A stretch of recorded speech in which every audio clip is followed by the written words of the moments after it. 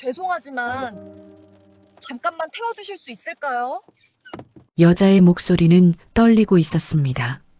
손도 미세하게 떨리는 것이 보였습니다. 상철은 순간 망설였습니다. 요즘 같은 세상에 길에서 만난 낯선 사람을 차에 태운다는 것은 조심스러운 일이었습니다. 뉴스에서 보던 이상한 사건들이 떠올랐습니다. 괜히 휘말렸다가 곤란해지는 것은 아닐까 하는 생각이 들었습니다. 하지만 여자는 다시 말했습니다. 뒤에서 누가 따라오고 있어요. 제발이요. 사연 시작 전 구독과 좋아요 눌러주시고 지치셨던 마음에도 따뜻한 위로가 찾아오길 바랍니다. 이상철 65의 나이에 접어든 그는 은퇴 후 택배 아르바이트로 하루하루를 살아가고 있었습니다. 아침 일찍 일어나 짐을 싣고 하루 종일 골목골목을 누비며 박스를 나르는 일. 젊은 시절에는 상상도 못했던 일이었지만 이제는 그것이 상철의 일상이 되어 있었습니다. 그날도 여느 때와 다를 바 없는 하루였습니다. 아침 6시에 눈을 뜨고 간단히 식사를 마친 뒤 집을 나섰습니다. 택배 차량에 오르면서 상철은 허리를 한번 두드렸습니다. 요즘 들어 부쩍 무거운 짐을 들 때마다 허리가 욱신거렸습니다. 예전 같지 않은 몸이었습니다. 오전 내내 아파트 단지를 돌며 배송을 마쳤고 오후에는 외곽 주택가로 향했습니다. 좁은 골목길, 가파른 계단, 때로는 대문 앞에 지저대는 개까지 하나하나가 쉽지 않은 일이었지만 상철은 묵묵히 해냈습니다. 그것이 자신에게 주어진 일이었고 그 일을 통해 벌어들이는 돈으로 생활을 유지할 수 있었기 때문입니다. 마지막 배송지까지 마치고 나니 시계는 오후 5시를 가리키고 있었습니다. 상철은 차량에 올라타 시동을 걸었습니다. 이제 집으로 돌아가면 되는 시간이었습니다. 저녁 식사를 간단히 해결하고 TV 앞에 앉아 뉴스나 보다가 잠자리에 드는 것. 그것이 상철의 하루였습니다. 국도를 따라 차를 몰며 상철은 창밖 풍경을 바라봤습니다. 해가 서쪽으로 기울어가고 있었고 들판 너머로 산 그림자가 길게 드리워져 있었습니다. 이맘때면 늘 보는 풍경이었지만 오늘따라 유독 쓸쓸해 보였습니다. 마치 자신의 삶을 보는 것 같았습니다. 젊은 시절 상철은 회사에서 중간관리직으로 일했습니다. 나름 안정적인 직장이었고 가족을 부양하기에 충분한 수입이 있었습니다. 하지만 명예퇴직이라는 이름으로 회사를 떠나야 했고 그 후로 삶은 예상치 못한 방향으로 흘러갔습니다. 재취업은 쉽지 않았고 나이는 어느새 60을 넘어서고 있었습니다.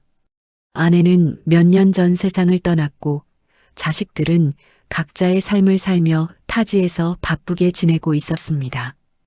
명절이나 되어야 얼굴을 보는 사이가 되어버렸습니다. 상철은 혼자였습니다. 아침에 눈을 뜨면 혼자, 밥을 먹을 때도 혼자, 저녁이 되어 집에 돌아와도 혼자였습니다.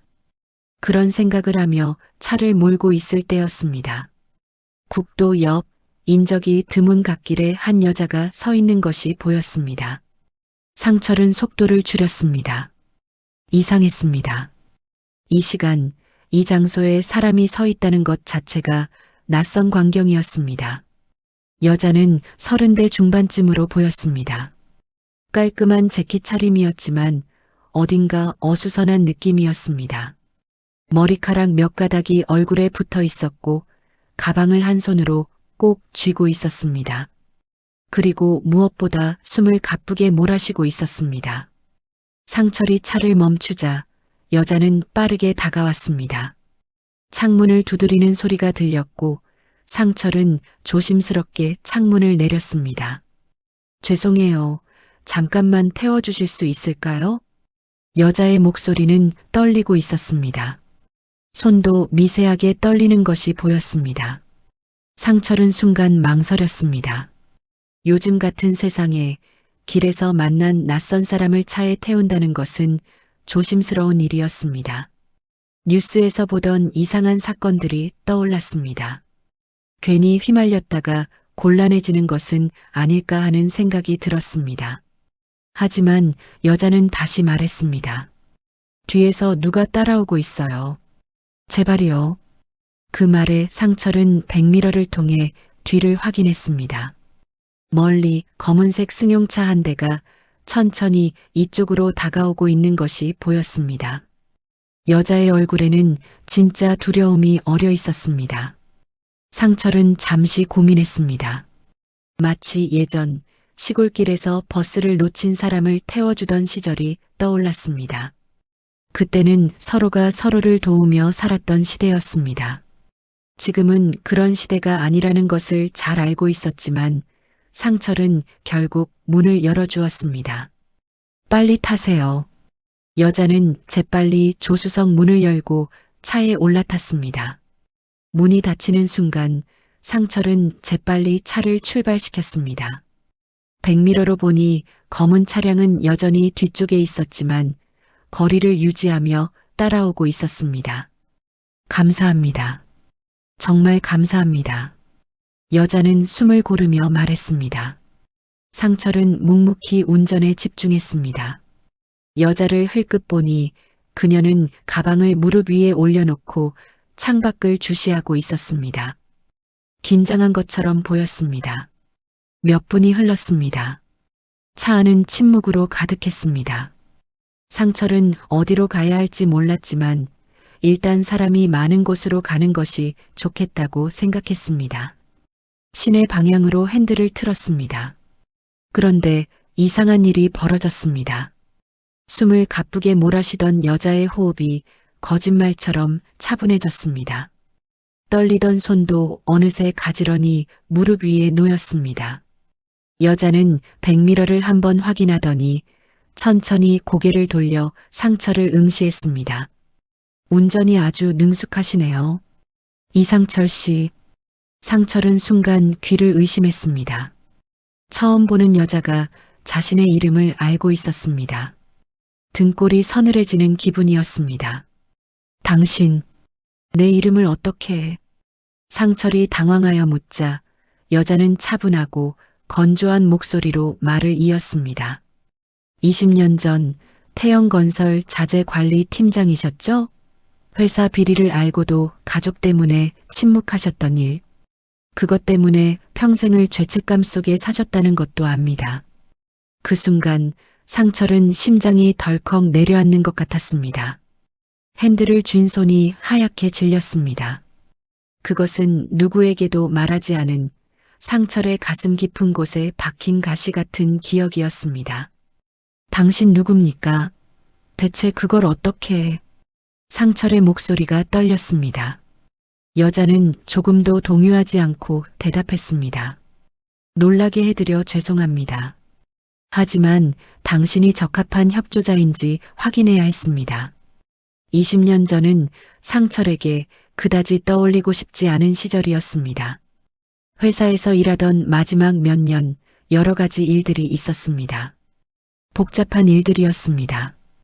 당시 상철이 근무하던 회사는 중견 건설업체였습니다. 그곳에서 상철은 자재관리 부서의 팀장으로 일하고 있었습니다. 어느 날 상철은 이상한 점을 발견했습니다. 자재 발주 내역과 실제 입고된 물량이 맞지 않는 것이었습니다. 처음에는 단순한 착오라고 생각했지만 몇 달간 자료를 검토해 보니 체계적인 패턴이 보였습니다. 누군가 의도적으로 자재를 빼돌리고 있었던 것입니다. 상철은 고민했습니다.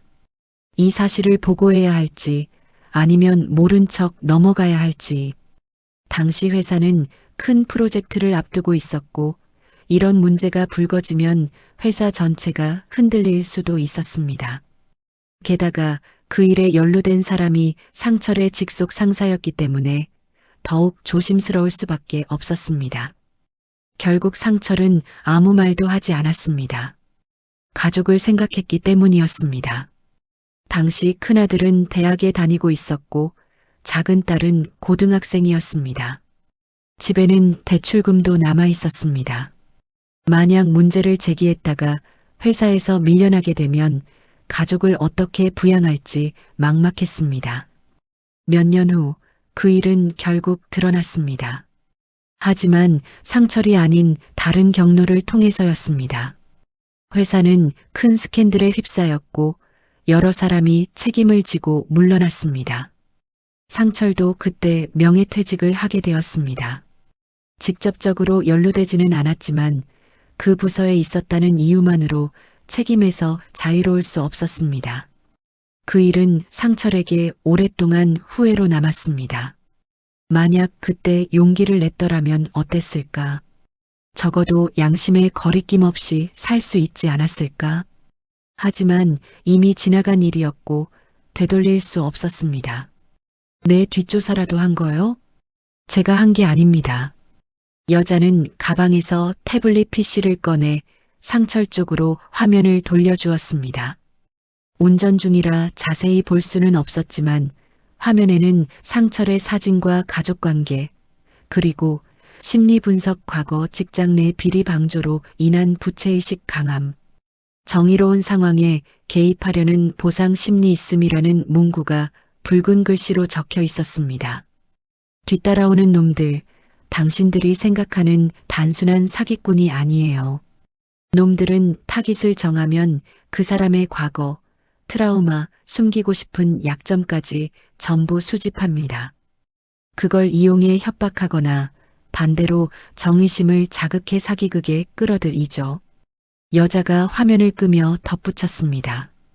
저는 놈들의 서버를 해킹해서 그 타깃 리스트를 확보한 조사관이고요. 리스트에 있는 83명 중 당신의 파일이 가장 눈에 띄더군요. 내 파일이 눈에 띄었다고요? 네. 놈들은 당신의 죄책감을 약점이라고 적어놨지만 저는 그걸 양심이 살아있다는 증거로 봤으니까요. 그래서 이 상황에서 저를 도와줄 유일한 사람이라고 판단했습니다. 상철은 혼란스러웠습니다. 뒤따라오는 저 검은 차량의 무리들이 자신의 20년 전 아픈 기억까지 낱낱이 파헤쳐 기록해 두었다니. 분노와 두려움이 동시에 치밀어 올랐습니다. 상철은 여자를 다시 봤습니다. 그녀의 눈빛은 두려움과는 거리가 멀었습니다. 오히려 확신에 차 있었고 무언가를 계산하고 있는 것처럼 보였습니다. 이것은 분명 처음 만났을 때와는 전혀 다른 모습이었습니다. 상철은 차를 천천히 길가에 세웠습니다. 더 이상 진행하기 전에 이 상황이 무엇인지 알아야 했습니다. 당신 누굽니까? 상철의 목소리는 낮고 단호했습니다. 여자는 잠시 상철을 바라봤습니다. 그리고 천천히 가방을 열었습니다. 상철은 긴장했습니다. 혹시 무기라도 꺼내는 것은 아닐까 하는 생각까지 들었습니다. 하지만 여자가 꺼낸 것은 신분증이었습니다. 플라스틱 케이스에 든 신분증에는 특별조사관이라는 직함이 적혀 있었습니다. 상철은 신분증을 자세히 들여다봤습니다. 위조품처럼 보이지는 않았습니다. 저는 당신을 잡으러 온 게 아닙니다. 여자는 차분하게 말했습니다. 상철은 여전히 긴장을 풀지 않았습니다. 20년 전 일을 묻는 사람이 갑자기 나타나 조사관이라고 신분증을 내민다는 것 자체가 석연치 않았습니다. 조사관은 신분증을 다시 가방에 넣으며 설명을 시작했습니다.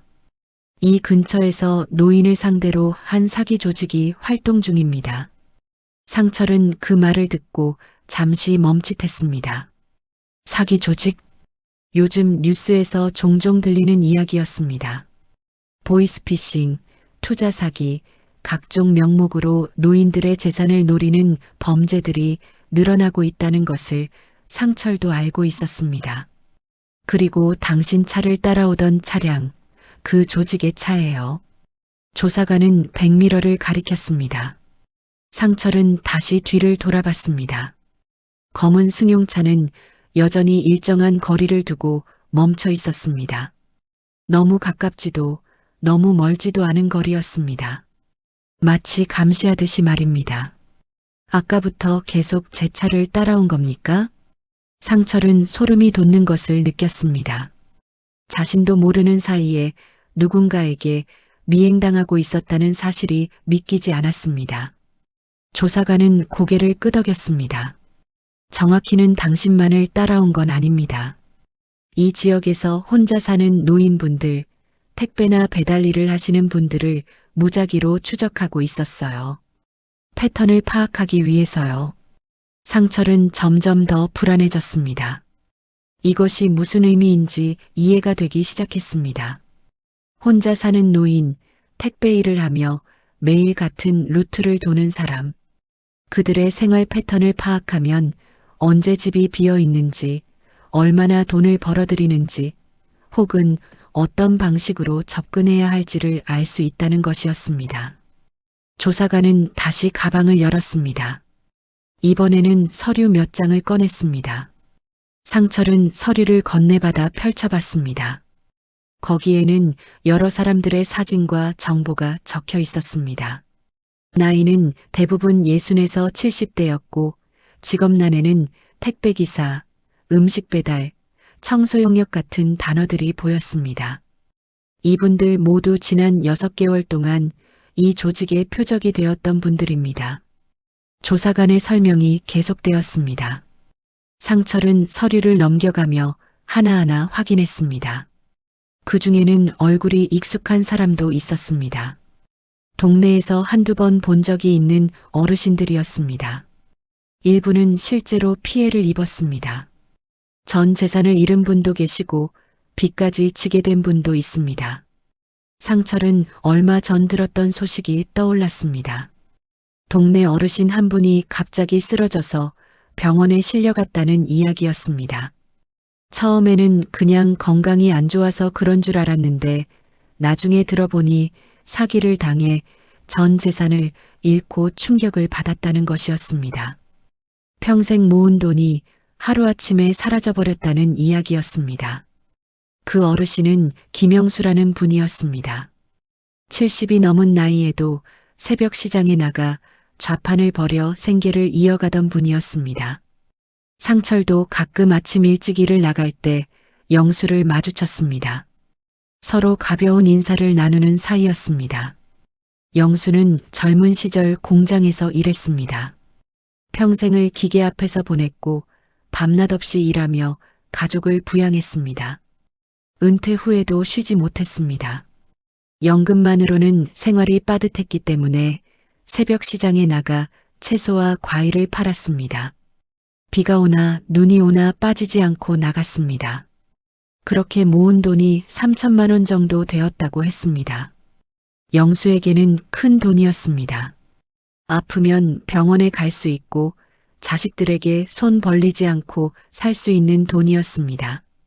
하지만 어느 날 한 통의 전화가 모든 것을 바꿔놓았습니다. 전화를 건 사람은 금융감독원 직원이라고 했습니다. 영수의 계좌가 보이스피싱에 연루되어 있으니 즉시 돈을 안전한 곳으로 옮겨야 한다고 했습니다. 겁에 질린 영수는 그들의 말을 따랐습니다. 돈을 인출해 지정된 계좌로 보냈습니다. 그리고 그것이 마지막이었습니다. 며칠 후 진짜 경찰이 찾아왔을 때 영수는 비로소 자신이 사기를 당했다는 것을 알게 되었습니다. 평생 모은 돈이 한순간에 사라져버렸습니다. 영수는 그 충격으로 쓰러졌고 지금은 요양병원에 누워 있다고 했습니다. 상철은 서류를 내려놓았습니다. 마음이 무거워졌습니다. 이것은 단순히 자신만의 문제가 아니었습니다. 자신과 같은 처지에 있는 수많은 사람들이 위험에 노출되어 있다는 것을 알게 되었습니다. 조사관은 앞을 가리켰습니다. 지금 방향을 바꾸면 증거를 확보할 수 있어요. 저희가 몇 달째 추적하고 있던 거점이 이 근처에 있습니다. 하지만 확실한 증거가 없어서 움직이지 못하고 있었어요. 당신 차를 따라가던 저 차량이 거점으로 돌아가면 우리는 현장을 확보할 수 있습니다. 하지만 그러려면 당신의 협조가 필요합니다. 상철은 고민에 빠졌습니다. 괜히 이런 일에 엮였다가 더 큰일이 나는 것은 아닐까 하는 생각이 들었습니다.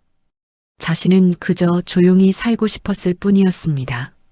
아침에 일어나 일을 하고 저녁에 집에 돌아와 쉬는 것, 그것만으로도 충분했습니다. 세상은 생각보다 복잡했고 선의로 한 일이 오히려 독이 되는 경우도 많았습니다. 그래서 상철은 가능한 한 조용히 눈에 띄지 않게 살려고 노력했습니다. 하지만 다른 한편으로는 영수의 얼굴이 떠올랐습니다. 새벽 시장에서 마주칠 때마다 활기차게 웃던 모습이 기억났습니다. 비록 몸은 힘들었지만 스스로 돈을 벌어 당당하게 살 수 있다는 자부심이 있었습니다. 그런 사람이 하루아침에 모든 것을 잃고 쓰러졌다는 것이 상철의 가슴을 아프게 했습니다. 상철은 다시 20년 전 일을 떠올렸습니다. 그때 상철은 목소리를 내지 못했습니다. 괜히 나서다가 불이익을 받을까봐 두려웠기 때문입니다. 결국 아무 말도 하지 않았고 그 일은 묻혀버렸습니다. 그리고 그것은 상철에게 오랫동안 후회로 남았습니다. 상철은 천천히 핸들을 꺾었습니다. 어디로 가면 됩니까? 조사관은 잠시 놀란 표정을 지었습니다. 그리고 곧 작은 미소를 지으며 말했습니다. 앞으로 쭉 가다가 세 번째 골목에서 좌회전하세요. 상철은 조사관의 지시대로 차를 몰았습니다. 백미러로 보니 검은 차량은 여전히 따라오고 있었습니다. 거리는 조금 더 가까워진 것 같았습니다. 상철의 심장이 빠르게 뛰기 시작했습니다. 긴장감이 밀려왔습니다. 골목을 돌자 좁은 주택가가 나타났습니다. 오래된 집들이 다닥다닥 붙어 있었고 저녁 준비를 하는 냄새가 골목에 퍼져 있었습니다. 된장찌개 끓는 냄새, 생선 굽는 냄새, 평범한 저녁 시간의 풍경이었습니다. 하지만 상철의 마음은 전혀 평범하지 않았습니다. 상철은 속도를 줄였습니다. 이 좁은 골목에서 무슨 일이 일어날지 알 수 없었기 때문입니다. 손바닥에 땀이 났습니다. 핸들을 쥔 손이 미세하게 떨렸습니다. 오랜만에 느끼는 긴장감이었습니다. 저기 빨간 지붕집 앞에서 멈추세요.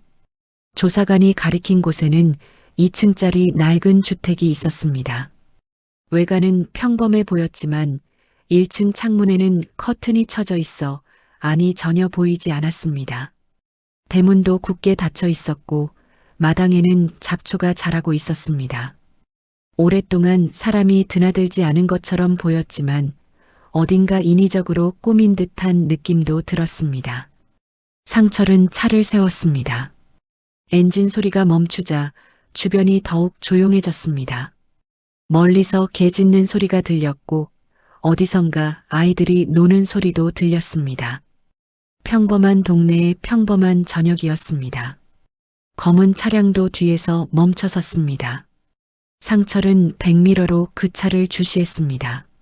차 안에는 2명의 남자가 타고 있었고 그들도 이쪽을 바라보고 있었습니다. 서로를 관찰하는 긴장된 순간이었습니다. 시간이 천천히 흘러가는 것 같았습니다. 조사관은 재빨리 휴대폰을 꺼내 어딘가에 메시지를 보냈습니다. 상철은 그녀의 손가락이 화면을 빠르게 움직이는 것을 보았습니다. 그리고 조사관은 상철에게 말했습니다. 잠시만 기다려주세요. 곧 지원이 올 겁니다. 상철은 핸들을 쥔 채 기다렸습니다. 시간이 천천히 흘러가는 것 같았습니다. 1분, 2분, 3분. 검은 차량의 남자들은 여전히 움직이지 않고 있었습니다. 상철은 불안했습니다. 만약 그들이 먼저 움직이면 어떻게 하나 하는 생각이 들었습니다. 상철의 머릿속에는 온갖 생각들이 스쳐 지나갔습니다. 만약 저들이 위험한 사람들이라면 어떻게 하지? 만약 여기서 무슨 일이 벌어진다면 어떻게 하지? 자신은 이미 65의 나이입니다. 젊은 사람들처럼 빠르게 움직일 수도 없었습니다. 하지만 동시에 이상한 감정도 느껴졌습니다. 두려움 속에서도 묘한 각성 같은 것이었습니다. 오랜만에 자신이 무언가 의미 있는 일을 하고 있다는 느낌이었습니다. 매일 똑같이 반복되는 일상에서 벗어나 누군가를 위해 용기를 내고 있다는 느낌이었습니다. 그때 골목 입구에서 차량 2대가 나타났습니다. 표시는 없었지만 상철은 그것이 경찰 차량이라는 것을 직감적으로 알 수 있었습니다. 차량들은 빠르게 다가와 검은 차량의 앞뒤를 막았습니다. 순식간에 여러 명의 사람들이 차에서 내렸습니다. 그들은 검은 차량을 둘러쌌고 안에 있던 남자들에게 차에서 내리라고 지시했습니다. 남자들은 잠시 망설이다가 결국 차에서 내렸습니다. 그들의 표정은 당황과 분노로 일그러져 있었습니다. 동시에 빨간 지붕집의 문 쪽에서도 움직임이 있었습니다. 여러 명의 사람들이 집을 포위했고 큰 소리로 경고를 외쳤습니다. 문이 열리지 않자 그들은 강제로 문을 부수고 들어갔습니다. 안에서 고함 소리와 항의하는 목소리가 들려왔습니다. 상철은 차 안에서 그 모든 것을 지켜봤습니다. 마치 영화의 한 장면 같았습니다. 하지만 이것은 영화가 아니라 현실이었습니다. 그리고 자신이 그 현실의 한가운데에 있다는 것이 믿기지 않았습니다. 조사관은 차에서 내렸습니다. 그리고 상철에게 말했습니다. 여기서 기다리고 계세요. 금방 돌아오겠습니다. 상철은 고개를 끄덕였습니다. 조사관은 집으로 향했고 상철은 혼자 차 안에 남았습니다. 골목에는 점점 더 많은 사람들이 모여들었습니다. 동네 주민들이 무슨 일인지 궁금해하며 창문을 열어 밖을 내다보고 있었습니다. 상철은 차창 밖을 바라봤습니다. 한 노인이 지팡이를 짚고 천천히 다가오는 것이 보였습니다. 그 노인도 무슨 일인가 싶어 나온 것 같았습니다. 상철과 눈이 마주치자 노인은 고개를 끄덕였습니다. 상철도 가볍게 인사를 받았습니다. 1시간 정도 지났을까 조사관이 다시 차로 돌아왔습니다. 그녀의 얼굴에는 피곤함이 역력했지만 동시에 만족스러운 표정도 보였습니다. 조사관은 차 문을 열고 조수석에 앉으며 말했습니다. 수고하셨습니다. 상철은 그녀를 바라봤습니다. 무슨 일이 있었는지 궁금했지만 굳이 묻지는 않았습니다. 오늘 도움 없었으면 놓쳤을 겁니다. 조사관은 진심 어린 목소리로 말했습니다. 상철은 멋쩍게 웃었습니다. 나는 그냥 태워준 것뿐인데요. 그것만으로도 충분했습니다. 조사관은 잠시 침묵했다가 다시 말을 이었습니다. 안에서 노트북과 서류들을 압수했어요. 피해자 명단도 있었고 앞으로 노릴 대상들의 정보도 있었습니다. 조사관은 압수품 상자에서 두툼한 서류철 하나를 꺼내 상철에게 보여주었습니다. 아까 차 안에서 말씀드린 그 타깃 리스트의 원본입니다. 정말 어르신 파일이 맨 위에 있더군요. 상철은 씁쓸한 표정으로 그 서류철을 바라봤습니다. 태블릿 화면으로 봤을 때와는 또 다른 무게감이 느껴졌습니다. 누군가 자신의 삶을 현미경 들여다보듯 관찰하고 약점을 분석해 숫자로 기록해 두었다는 사실이 뼈아프게 다가왔습니다. 혼자 사시고 규칙적으로 일하시고 무엇보다 그들이 공략 포인트라고 적어둔 그 부채의식까지. 조사관의 목소리는 차분했습니다. 하지만 그들은 틀렸습니다. 그 약점이 오히려 우리를 도왔으니까요. 상철은 고개를 끄덕였습니다. 등골이 오싹했던 공포는 사라지고 대신 묘한 안도감이 들었습니다. 자신이 그들의 먹잇감이 되는 대신 그들의 덫을 부수는 망치가 되었다는 사실 때문이었습니다. 이 명단에 있는 83명, 모두 이 지역 노인분들이었습니다. 조사관은 계속 설명했습니다. 상철은 83명이라는 숫자에 또 한 번 놀랐습니다. 그렇게 많은 사람들이 위험에 노출되어 있었다는 것이 믿기지 않았습니다. 이분들께 모두 연락을 드릴 예정입니다. 그리고 주의하시라고 당부할 거예요. 조사관은 가방에서 명함 한 장을 꺼내 상철에게 건넸습니다. 혹시 나중에 이상한 전화나 접촉이 있으면 언제든 연락 주세요. 이 조직의 하부 조직들이 아직 남아있을 수 있습니다. 상철은 명함을 받아 주머니에 넣었습니다. 조사관은 차에서 내리며 마지막으로 말했습니다. 그래서 당신 같은 분이 필요했습니다. 평범해 보여서요. 상철은 그 말의 의미를 곰곰이 생각했습니다. 평범하다는 것. 그것이 때로는 가장 큰 힘이 될 수 있다는 것을 오늘 깨달았습니다. 집으로 돌아온 상철은 평소처럼 간단한 저녁을 준비했습니다. 냉장고에서 김치와 반찬을 꺼내고 밥을 데웠습니다. 혼자 먹는 식사였지만 오늘은 왠지 마음이 달랐습니다. 식사를 마치고 TV를 켰습니다. 뉴스 시간이었습니다. 앵커가 또박또박 뉴스를 읽어 내려가고 있었습니다. 정치 뉴스, 경제 뉴스, 그리고 사회 뉴스가 이어졌습니다. 그때 화면이 바뀌었습니다. 오늘 오후 경찰은 노인을 상대로 한 대규모 사기 조직을 검거했습니다. 상철은 몸을 앞으로 기울였습니다. 화면에는 빨간 지붕집이 보였고 여러 사람들이 연행되는 모습이 나왔습니다. 그들의 얼굴에는 모자이크 처리가 되어 있었지만 상철은 그들이 누군지 알 수 있었습니다. 이 조직은 지난 1년간 수십 명의 노인을 상대로 총 15억 원 상당의 피해를 입힌 것으로 알려졌습니다. 경찰은 시민의 제보와 협조로 이들을 검거할 수 있었다고 밝혔습니다. 상철은 조용히 차를 마셨습니다. 화면에는 피해자 중 한 명의 인터뷰가 나왔습니다. 얼굴은 가려져 있었지만 목소리는 떨리고 있었습니다. 평생 모은 돈을 다 잃었어요. 죽고 싶었습니다.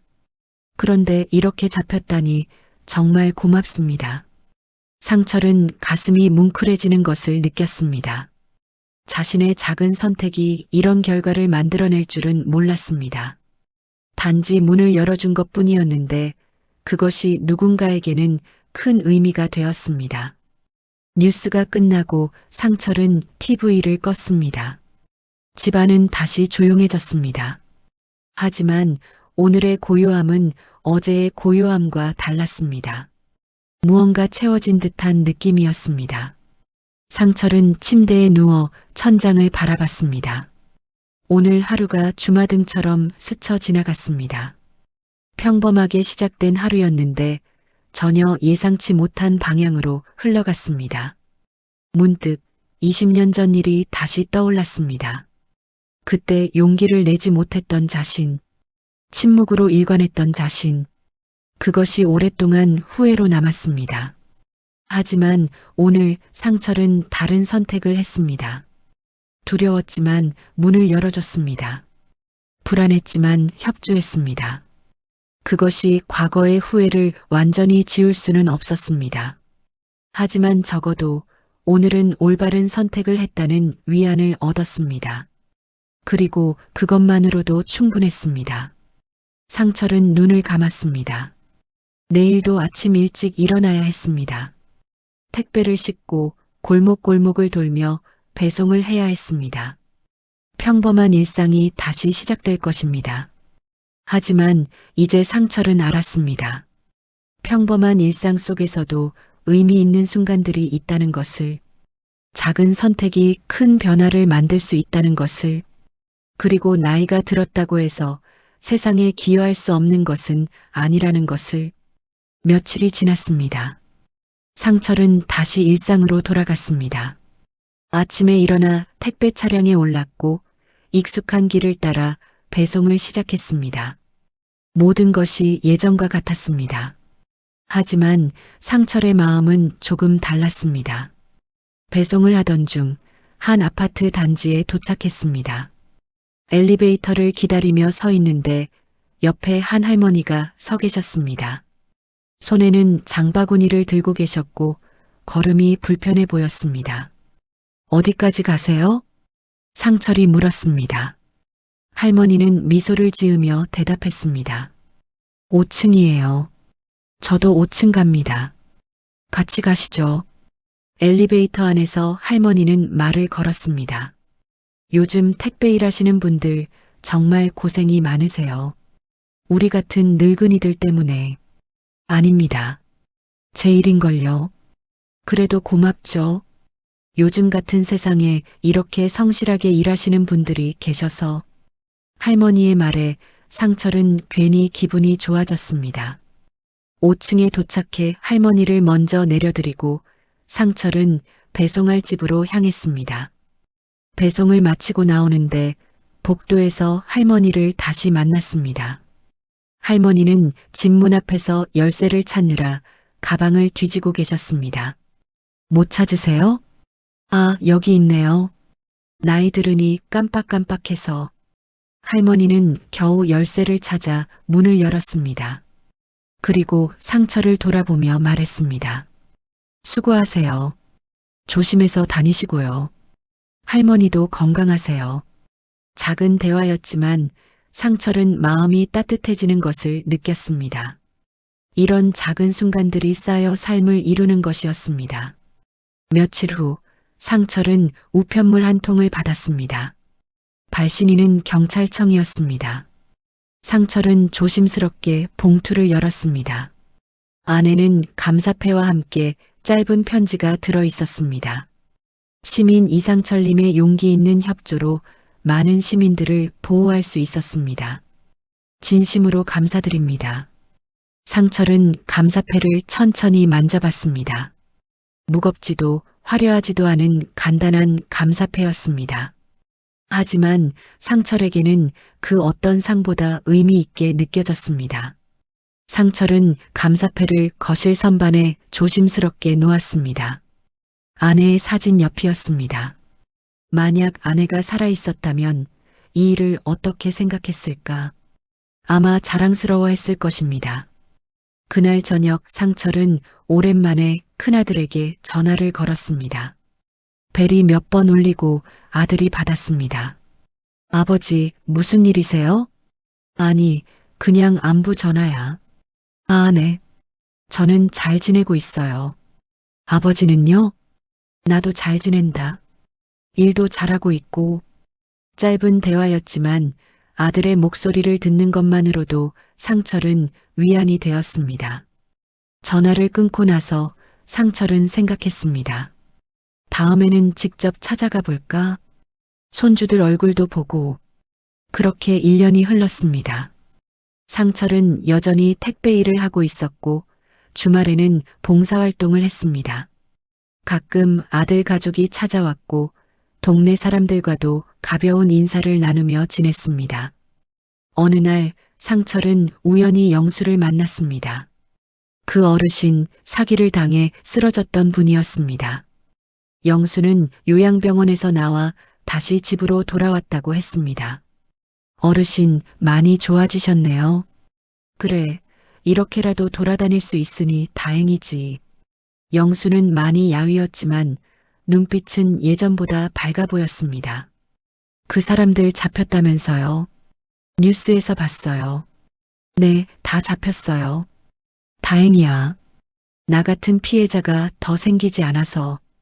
영수는 잠시 침묵했다가 말을 이었습니다. 있잖아요. 처음에는 정말 살고 싶지 않았어요. 평생 모은 돈을 다 잃었으니까. 하지만 병원에 있으면서 생각했어요. 그래도 살아있다는 게 감사하다고. 맞습니다. 살아있으면 희망이 있는 거죠. 이제는 다시 시작하려고요. 돈은 없지만 건강만 있으면 뭐든 할 수 있잖아요. 영수의 말에 상철은 깊이 공감했습니다. 나이가 들어도 어려움이 있어도 살아있다는 것 자체가 기회였습니다. 다시 시작할 수 있는 기회였습니다. 화이팅 하세요. 저도 응원할게요. 고맙습니다. 당신도 건강하세요. 헤어지며 상철은 생각했습니다. 사람은 쉽게 무너지지 않는다는 것을, 넘어져도 다시 일어설 수 있다는 것을, 그리고 그 과정에서 서로가 서로를 도울 수 있다는 것을, 세상을 바꾸는 것은 때로 거창한 일이 아닙니다. 문을 열어주는 것, 손을 내미는 것, 용기를 내는 것. 그런 작은 선택들이 모여 큰 변화를 만들어냅니다. 65의 이상철이 그랬습니다. 그는 특별한 사람이 아니었습니다. 평범하게 살아가는 사람이었습니다. 하지만 그 평범함 속에서 올바른 선택을 했습니다. 두려웠지만 문을 열어줬습니다. 불안했지만 협조했습니다. 그 선택이 수많은 사람들을 보호했습니다. 사기를 당할 뻔한 어르신들이 재산을 지킬 수 있었습니다. 범죄 조직이 검거되어 더 이상 피해자가 생기지 않게 되었습니다. 작은 선택이 만든 큰 변화였습니다. 우리 모두는 이상철처럼 평범한 사람들입니다. 매일 같은 일상을 살아가고 때로는 외롭고 때로는 힘들어합니다. 하지만 그 속에서도 우리는 선택할 수 있습니다. 선한 선택을 할 수 있습니다. 누군가 도움을 요청할 때 손을 내밀 수 있습니다. 부당한 일을 목격했을 때 목소리를 낼 수 있습니다. 어려운 이웃이 있을 때 관심을 가질 수 있습니다. 그것이 세상을 조금씩 나아지게 만듭니다. 나이는 숫자에 불과합니다. 60이든 70이든 80이든 우리는 여전히 무언가를 할 수 있습니다. 의미 있는 삶을 살 수 있습니다. 누군가에게 도움이 될 수 있습니다. 혼자라고 느껴질 때도 있을 것입니다. 하지만 우리는 혼자가 아닙니다. 보이지 않는 곳에서 우리를 응원하는 사람들이 있습니다. 우리의 작은 선택으로 도움을 받는 사람들이 있습니다. 우리는 모두 연결되어 있습니다. 오늘도 당신은 누군가에게 빛이 될 수 있습니다. 작은 미소로, 따뜻한 말 한마디로, 도움의 손길로. 그것이 누군가의 하루를 바꿀 수 있습니다. 그리고 그 하루들이 모여 삶을 바꿉니다. 세상은 아직 살만합니다. 선한 사람들이 있기 때문입니다. 당신 같은 사람들이 있기 때문입니다. 매일 묵묵히 자신의 일을 하고 때로는 용기를 내어 올바른 선택을 하는 사람들이 있기 때문입니다. 오늘도 당신의 선택이 누군가에게는 큰 힘이 될 수 있습니다. 당신의 존재 자체가 이미 의미 있습니다. 살아온 세월이 헛되지 않습니다. 앞으로 살아갈 날들도 아름다울 수 있습니다. 함께 걸어갑시다. 서로를 격려하며 서로에게 힘이 되어주며 조금씩 더 나은 세상을 만들어 갑시다. 우리는 할 수 있습니다. 이상철이 그랬던 것처럼 당신의 오늘이 따뜻하기를, 내일이 희망차기를, 그리고 매일매일이 감사로 가득하기를 진심으로 바랍니다. 당신은 충분히 가치 있는 사람입니다. 그것을 잊지 마시기 바랍니다.